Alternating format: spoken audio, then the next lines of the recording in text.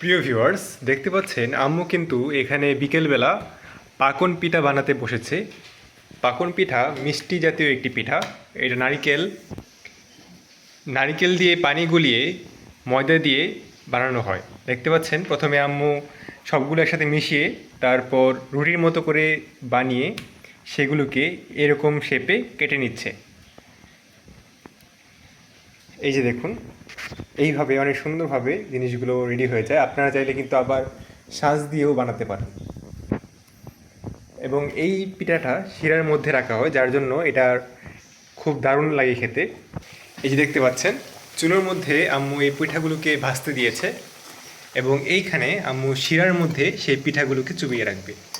এবং যখন পিঠাগুলো শিরার মধ্যে ভালোভাবে কিছুক্ষণ থাকে, তখন এটার ভিতরেও কিন্তু শিরাটা ঢুকে যায় এবং খেতেও খুবই অসাধারণ লাগে।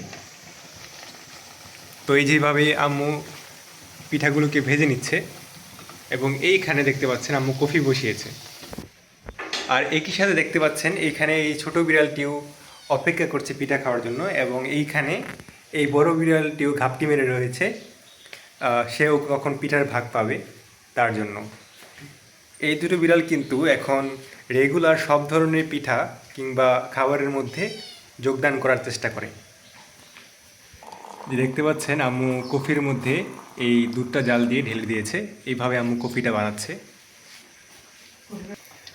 পিঠাগুলো বাদামি বর্ণের হয়ে গেলে তারপর এগুলো চুলা থেকে নামিয়ে নিতে হয় এবং সাথে সাথেই এইভাবে শিরার মধ্যে ডুবিয়ে দিতে হয় এবং বেশ কিছুক্ষণ সময় দিতে হয় এগুলো ভালোভাবে যাতে শিরাটা ভিতরে ঢোকে।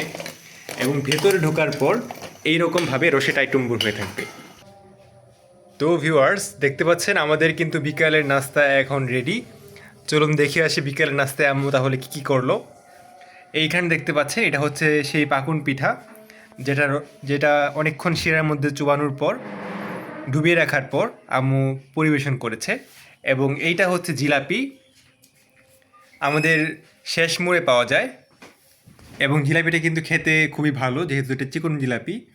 এবং এইখানে আছে বুট ভুনা এবং সেই সাথে দেখতে পাচ্ছেন এটা হচ্ছে কফি এবং এই দুটো হচ্ছে চা।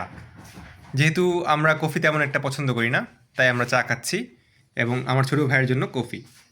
তো এই ছিল আমাদের আজকের আয়োজন। আমাদের বিকেলের নাস্তাগুলো কেমন হলো অবশ্যই কমেন্ট করে জানাতে ভুলবেন না। ইনশাল্লাহ দেখা হবে নতুন একটি ব্লগে। সেই পর্যন্ত সকলে ভালো থাকবেন। আল্লাহ হাফেজ।